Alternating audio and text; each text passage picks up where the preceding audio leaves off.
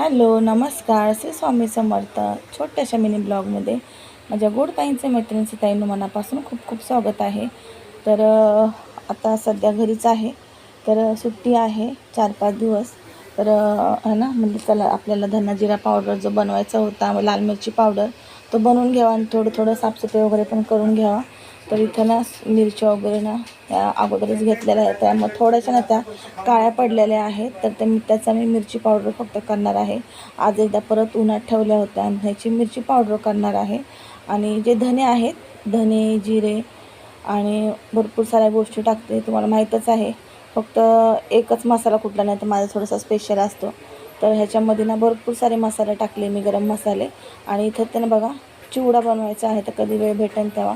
आणि फ्रीज साफ केला होता आज, म्हणजे वेळ आहे चला. इथं बरफ बघा किती झाला आहे. आणि फ्रीज आहे ना सर्व काढून, सर्व डबे वगैरे सगळं काढून पुसून घेतला होता.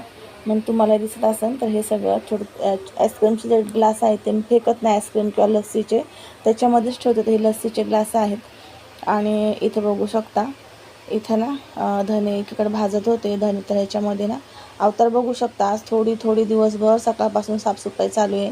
तर त्यात मसाला पण बनवायचं काम चालू आहे. मसाला म्हणजे स्पेशल असा भाजी मसाला, लाल मिरची पावडर. तर हे सगळं चालू होतं. आणि तुम्हाला ना पुढचा व्हिडिओ मी दाखवलाच नाही, विसरूनच गेले. तर इथं बघा दुसऱ्या दिवशी शूट केलं आहे मी. हे सगळे मसाले ना भरून ठेवले. लाल मिरची पावडर हा किचन किंग मसाला आहे, हा तेवढा दुकानातून आणला. हा लाल मिरची पावडर आणि हा स्पेशल भाजी मसाला ना, हा जो मी लाल तिखट बनवला आहे तो आहे.